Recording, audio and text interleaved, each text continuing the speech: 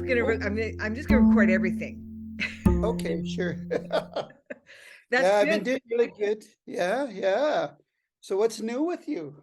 Well, I'm back home on 6. So next time you Oh, come through and you want to come visit Six Nations, please come by. I will. I will. I'll probably be there sometime over the summer or fall, something like that. Okay, great. That sounds Yeah, like I got some big changes happening, right? Oh, you? Yeah, well, I got a doctorate of law now. I know. We're going to So talk it about that. kind of exploded into this like uh big realm of opportunities. Like I'm just heading off to New Zealand now.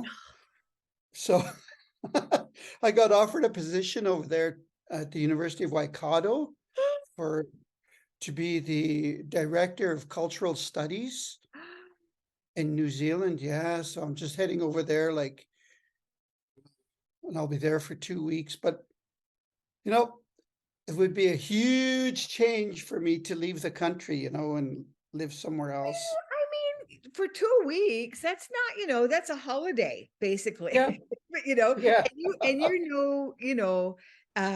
you're no novice when it comes to visiting, places off Turtle Island. Like you've I been know.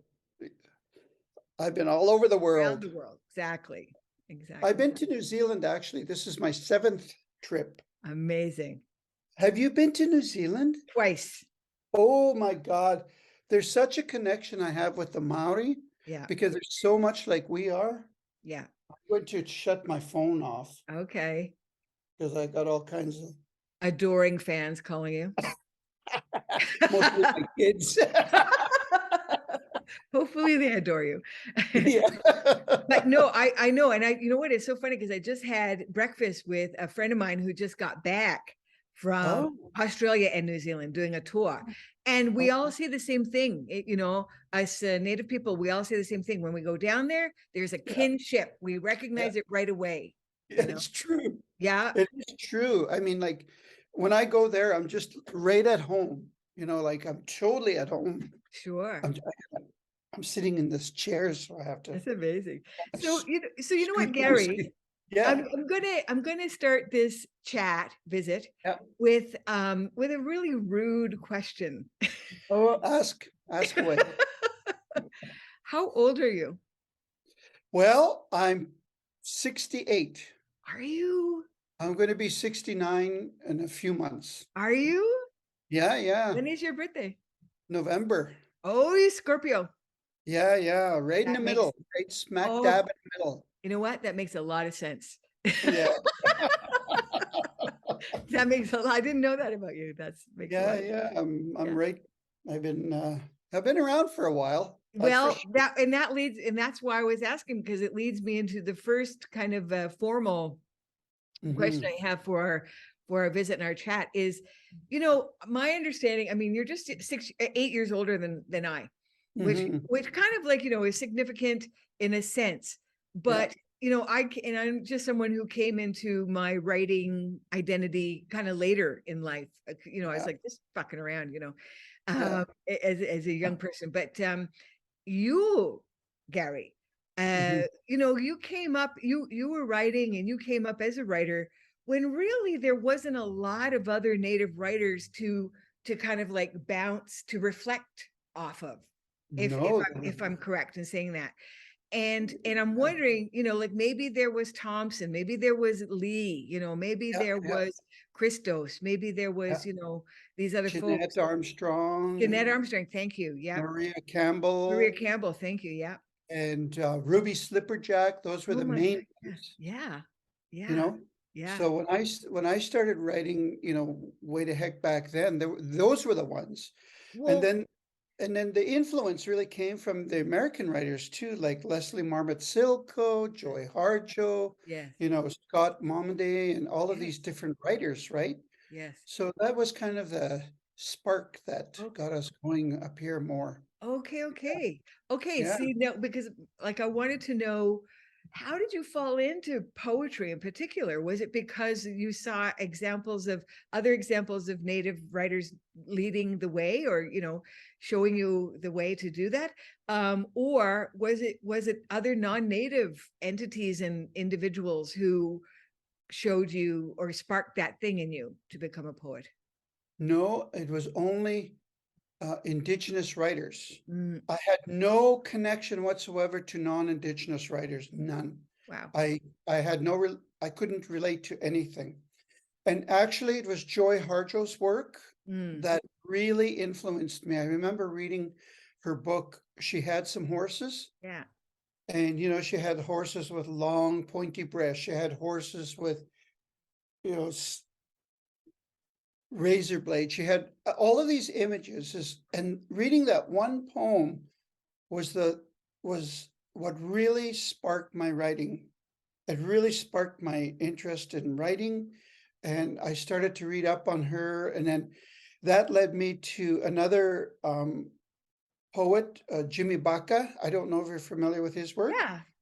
Yeah, I love his work. Yeah. So I went from Joy to Jimmy Baca and then I started to read Jeanette Armstrong's work and sort of tapped into Lee Miracle, and that's how it all started. Mhm. And started to do research at that time to look at, okay, like what writers do we have? Currently, what writers do we have? We had George Clooney, and we had, Mhm. and their voice was very much a romantic voice. It still had a statement, but it was very tame, I think, Mhm. Mm, in a sense, but they still made their way. mm, So when I started reading these other people, it was like, wow, this is amazing. It's just, mhm. their work just blew me away. That's what got me started. Okay. And, I'm going to add another name to that list, Chief Dan George, Yeah, right. who Exactly. folks don't really realize. Like, he was actually a chief, and he was actually a singer-songwriter, and he was Yeah. actually a My poet. heart soars. Remember Yes. that? Yeah. Yes. Yeah. So, for the younger generations coming up now Mhm. too, whenever I do a reading, I recite these names and I go, y'all Google this now, Yeah. Yeah. because this is where we all started from. And there was lots of people who paved our way Yep. A lot into of it. people that did. Yeah. You But also for you, Garry, and Mhm. because, you have actually been a mentor, formally or informally, to many of us who've come up after you, by Oh, showing us how it's done and getting those publishing deals, which is, and, yeah. let's say, Marie Hart Baker, Yeah, exactly. there's Right. another name, right? Yes, absolutely. Yeah, And I mean, we were writing in a time where Canadian publishers didn't take us seriously. exactly. I mean, I can remember like sending out manuscripts, and there were no Indigenous publishers, publishing houses back then except Thetis, Mm, and Thetis was just overwhelmed with writers that were coming in at that time. yeah.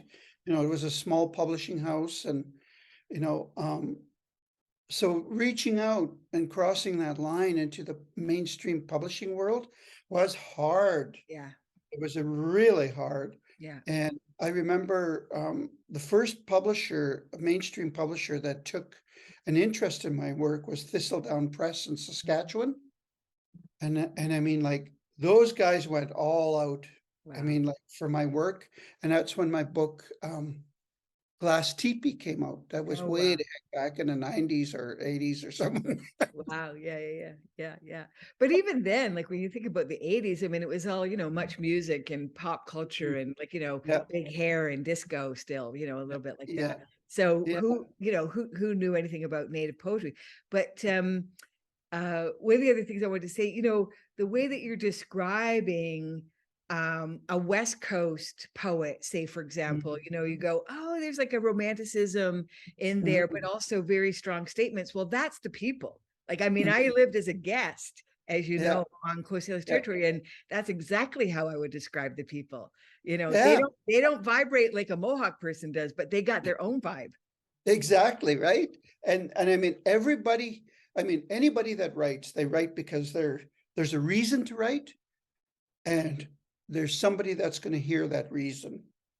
And I mean, So everybody along that long path that brought us to the young writers that we have today have opened that door they opened the door for me, the generations before me, and hopefully I did that for others that followed behind me. And and then there's such amazing talent now, Yeah. and there always has been anyway, Yeah. but More of it. more of it, and More of it. fearless, Yes. Yes. but if you look back in the 80s and 90s, you didn't dare talk about like some of the things that were going on. Right. You know, Canada did not want to hear about things of genocide Right. or residential schools or, this ugly, dirty history that they had, Yeah. you know? Yeah. And I mean, that's one of the things that really opened that door. And, we took a lot of criticism. I Really. remember somebody called me like, I can't remember who the heck it was. Some editor or critic called me the angry Indian poet, political poet, I said, great. Yeah. At Badge of first I was honor. mad. At first I was mad, right? And then I realized, oh, then I must be doing my job here. Yeah. Making people uncomfortable. And then you mentioned, we all have a reason to write. What's your reason to write? My reason? Yeah. I think my reason to write is because when those words are down on paper, it puts validity to who we are. It makes it real. It's undeniable. It's written. Because, I hope I don't sound racist by saying this, but, white people only believe what's written. Yes. They only believe what's written. Look at the struggles we had with, our oratory, our stories and things, right? It was always never believable to them. Yeah. But when they see something written, so using that weapon, their own language, is to say, all right, how can you deny my voice then? Yes. It's written in your language. Yes, right. Yeah. Yeah. How more clear can I put it? And, like what you do as a writer, to me, what I have found is you've got this uncanny and unique way of documenting your cultural experiences and your culture in general, which is very, very important to create that presence in the literary arts. And what I want to say about that is, being a person who comes from Haudenosaunee territory, wouldn't have ever heard, if I hadn't met you, about the Indian cowboy experience, which is not the Buffy St. Marie lyric. It's an That's right. actual thing. Right. So tell me about that, and tell me about how you work with that part of who you identify as in your poetry. Well, there was a book I had written a while back called Whiskey Bullets. Yes, I love it. So that book was an examination of male masculinity from an Indian cowboy's perspective, right? So questioning, my sort of like the white cowboy colleague kind of a thing, juxtaposed to who I was. I did the same thing as they did. I grew up on a working ranch. I went to rodeos. I rode bulls. I was entered into rodeos. I did all of these things. And so it was sort of looking at this John Wayne image of this modern cowboy and me. How dare they call me a tonto? How dare they categorize me? And I challenged people and I challenged cowboys on their own masculinity. And it made people like, I remember like at the horse barn, they saw the title of the book, and then they went and ordered a bunch, but they removed it off the shelves once the owners read the book. What was their issue with it? Well, they thought that it was a disrespectful representation of cowboy life. They wanted that romantic John Wayne perspective, I ride into the sunset with my cowgirl under my, whatever, blah, blah, blah. That's what they were, that sort of romantic point of view, and the cowboy that tames the West. That's what they were looking for, right? Right. And I remember I got invited to a few cowboy poetry readings. Yeah. And they were alarmed when I talked about, you know, priests sucking cocks and stuff like that. What's shocking about that? Yeah, you know, like, did that ever happen to you in your church? Be honest. Be honest, right? So it was a really big disappointment. And soon I got soon they would never invite me anymore to any of those cowboy poetry festivals. Right. There was no expanding the genre. There was no expanding the messaging within the genre. I know, and it was kind of funny. And I went to one called in Elko. It was called Elko, Nevada.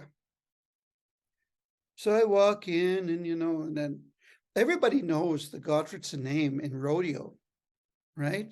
Because my brothers were world champions. My dad was, you know, my grandfather. And so it goes back generations.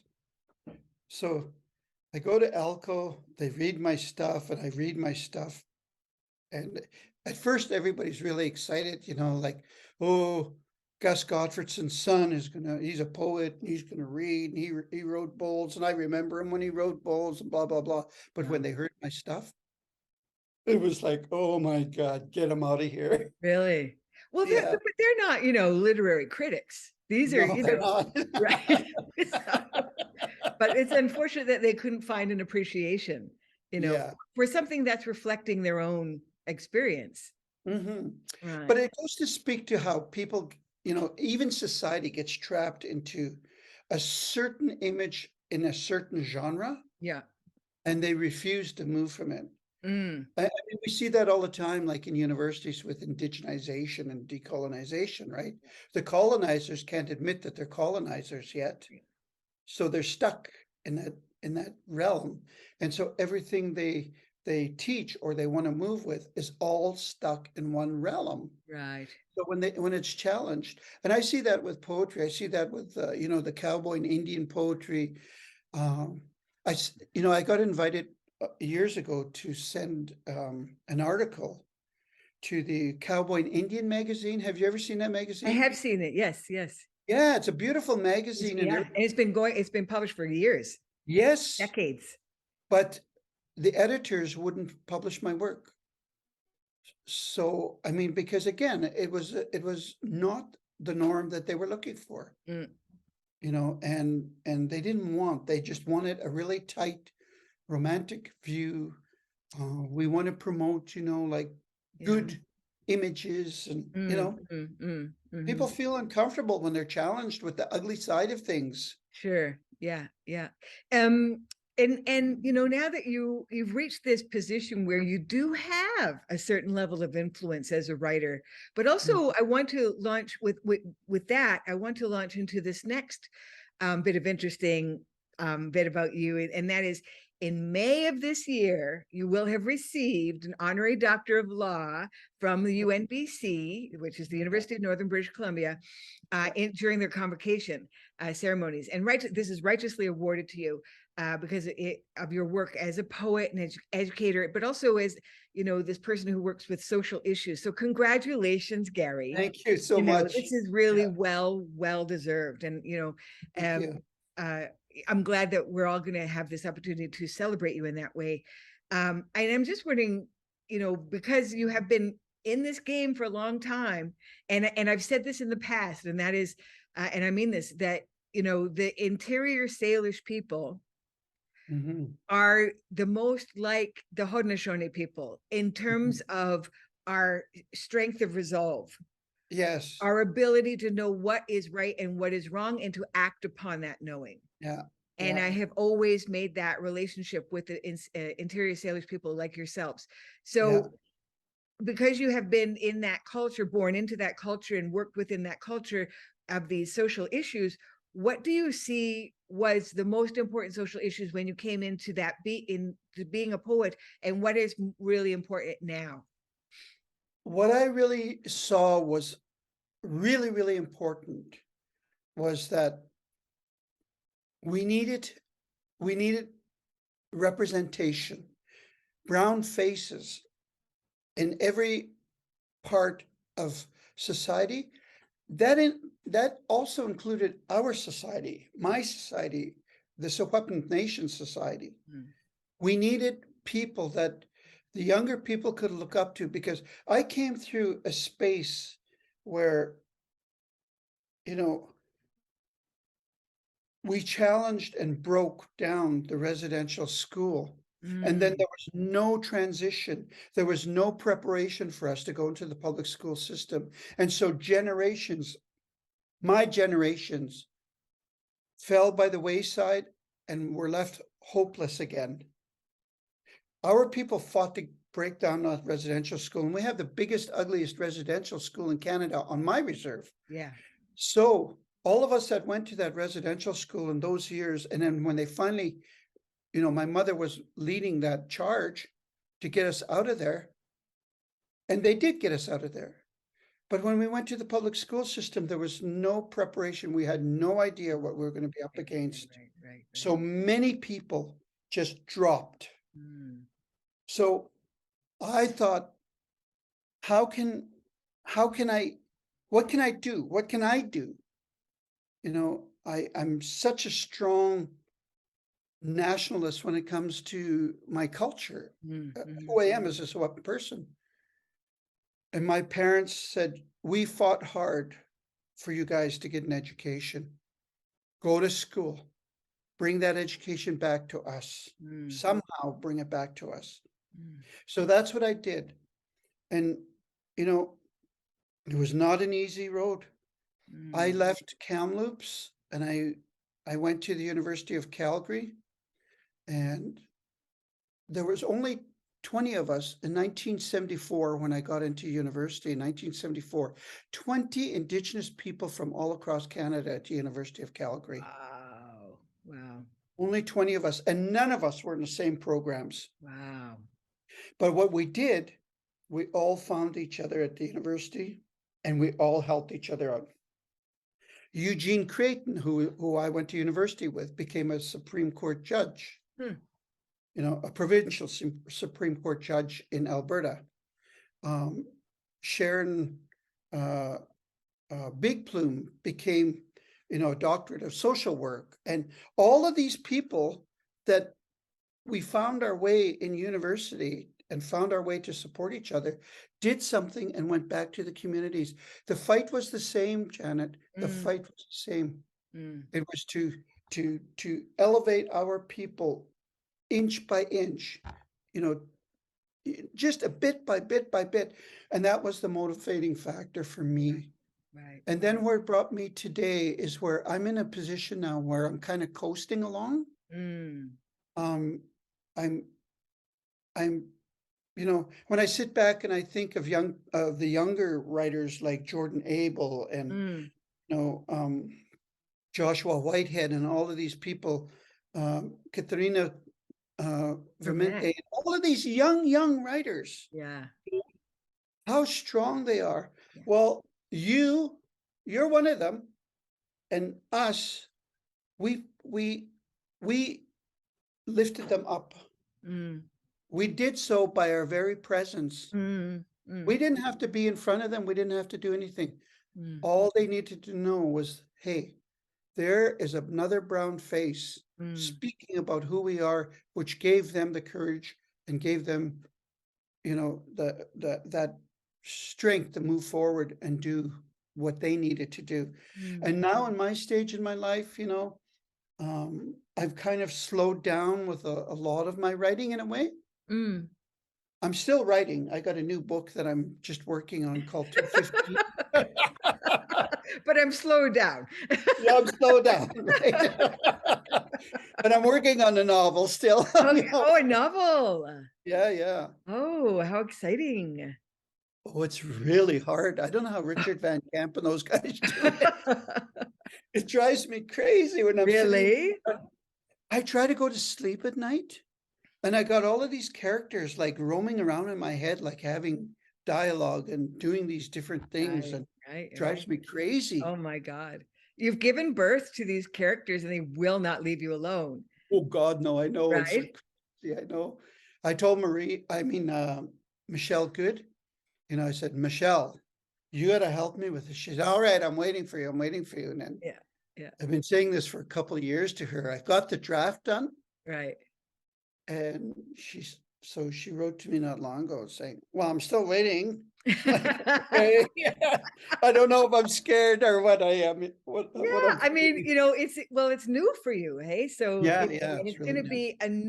be it's gonna be new for us too, because I Yeah, just have I have my beloved Garry that I love yeah, to, pick up your poetry books and get so much yeah. from them. The voice is so awesome. The poetry Thank voice you. is so awesome and so inspirational.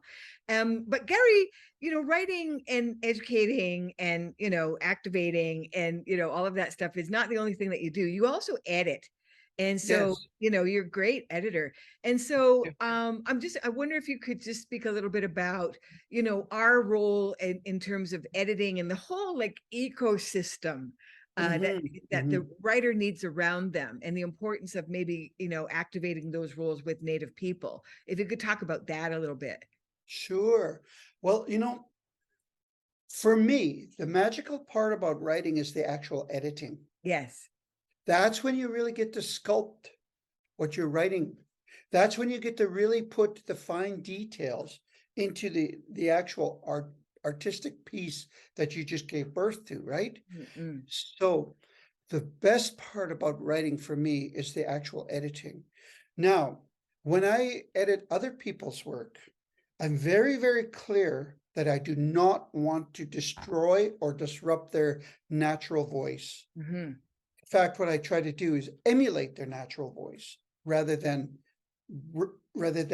destroy it in any way. Mm. And I think that's really, really important. Now, when we take a look at that, there's things that I kind of look at that tries to do that. I try not to strip their natural voice in any way, but I try to make sure that the language and the words that they're using are economical. Mm. So every word is going to count in some way, Mm-hmm. and it's going to hold that. I like to particularly edit poetry, Mm. because poetry it's natural for me. Right. It it's not laborious for me. Oh, yeah. But so I really like to work with poets, but I really try to accentuate their natural voice and do it in a way where it is economical with words, Yeah. so that if a word doesn't need to be there, and if it doesn't hold a poem up in any way, get rid of it, Mm-hmm. right? Because Mm-hmm. it'll add strength to the poem, it'll add Yeah. crispness to the poem that may not have been there at the beginning, in the first sort of draft stage. Right. I agree. It's lean writing. And Garry, I quote you more than you probably realize. Like whenever Oh, I'm in a position to mentor or to review yeah, work, I always say, a great mentor of mine said said once that there are no great writers, there are only great editors. And exactly. and after everyone stops clutching their pearls, about that, Yeah, like, what do you mean by yeah, that? I explain, what you've yes, just explained to us here. And yes, it's true, but absolutely. you really need to lean in, to that. Yeah, yeah. Just embrace it. And that's so true. I live by that. There are no great writers. There are, you become great when you go through that. It's like a hockey player Mm, where you learn those basic skills, but you get better and better as you learn techniques, as you learn, the the understanding of that blade on the ice, kind mm, of a thing, and what it can do. Well, mm, that's the same thing with writing. It's still the same. So mm, the more you work with it, the better you and sharper you get at it, right? right. Hmm. And I know, like, your work too. Like, I read your work when I teach. I taught uh for the last few years, I teach your writing No. to my students because I have mostly women in there, right? Oh, And last year I have to tell you this story. oh, tell me. You know, I've been working in education for almost 48 years, believe it or not. Wow. Last year, in my graduate course, it's capped at 20 students. Janet, for the first time in my whole teaching career in an academic environment, I had 20 brown faces, not one domestic student that was white, all brown faces sitting in there. It was brilliant. And it was a course on Indigenous literature and learning how to teach through understanding Indigenous literature. And one of the assignments was research, because when you're at a graduate level, you have to research. So I said, you have to go out and research Indigenous writers from across this land. And one of the students did you. And she did like a video presentation. She did all of the stuff and it was beautiful. She found clips of you and she did all, it was brilliant. I should have sent it to you. But what it is what it really, your presence, your words, and your place in Canadian literature jumped out at her. Oh, wow. And she, I think she's going on to do her doctorate now. But it was amazing. Amazing. Well, what I find amazing is that, from when you began, 20 students in all from across our territories in one university in different, and now you have 20 brown people in one class. In one class. Alone. Yep. It was amazing. I bet. Because like when I teach, usually I have to give an introductory to Canadian colonial history, which takes up about 3 classes, really. Right? I mean, I could teach a whole course at least, yeah. But when we're talking about literature and how do we apply that, right? But I was able to skip that and really get into the nuts and bolts. The level of discussion with 20 brown people sitting in that classroom was amazing. Oh, wow. So they have to come in and they have to video me teaching, right? To do my evaluation and everything. Oh, yeah. The discussion, the level of discussion that was going on in there. Wow. It blew. Wow. Blew them away. Wow. Those students were getting their money's worth in that class. Oh my God. And how they were able to challenge the system, right? Love it. And really ask really pertinent questions about today's society. And a lot of these students are coming through as the aftermath of the fights before them, right? Just like I did, right? So it was exciting, so exciting. Wow. Yeah. Oh, wow. And that is why you're getting the doctorate. You're getting the in law, the honorable doctorate. So congratulations on that once again. We are running out of time and I don't want to take more of your time today, but Garry Gottfriedson, thank you so much for participating in the Brickyard video project for June. Wonderful. National Indigenous Peoples Solidarity, Righteousness, we're taking over month. My pleasure. And it's always so great to visit with you again and see you again. And we got to find a time where we can actually have a face-to-face visit. God. That's how it goes. But I love you. Love you too. Okay. Ciao for now. Thanks, Garry. Take care. Okay. Bye.